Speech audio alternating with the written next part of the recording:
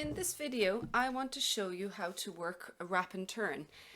I've also got a couple of other videos that I do with Craftsy that will show you a little bit in more detail, but if you just want the basic wrap and turn method, then this is nice and fast and we'll show you the basics.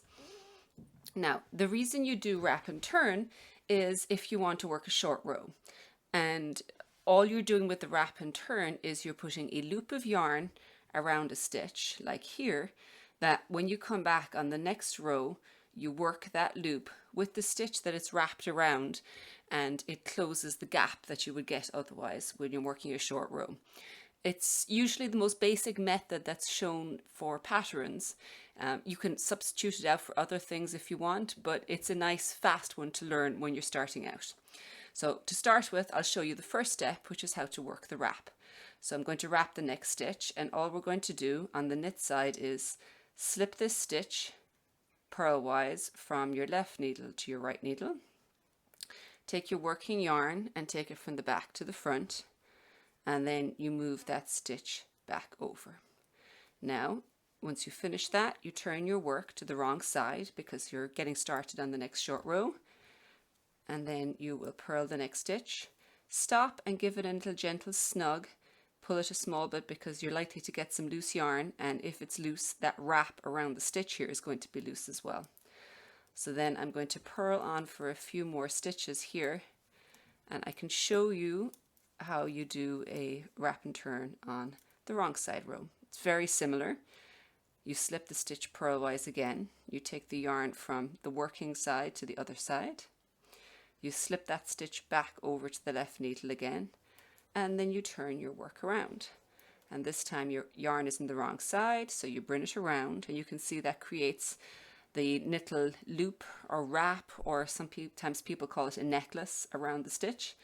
Give it a little tug after you work one stitch, not too tight, just enough so that you don't have any slack. And then you continue to work down here.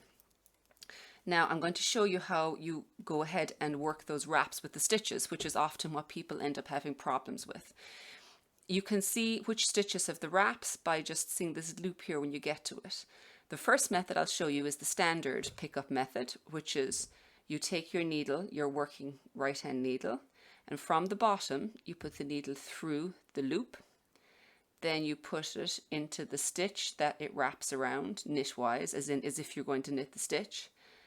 And then you knit those two together. So you're knitting the wrap and the loop. And you kind of maneuver it, and the wrap can pop around behind, and you continue on. So you can see what's actually happening with that is you're picking the loop up and you're hoping that as you knit them together it pops behind. What I find sometimes is that it doesn't always pop behind, and that means that that front stitch can get a bit distorted. So I've modified it a small bit, which means that I ensure that that wrap is at the back, which gives you a much neater wraps. I'm going to work on to the next one here. And this time we're going to start at the same. We're going to pick that loop up from the bottom. Then we're going to go and enter that needle into the stitch that it's wrapped around just as before. But then instead of actually knitting it, we'll slip them off.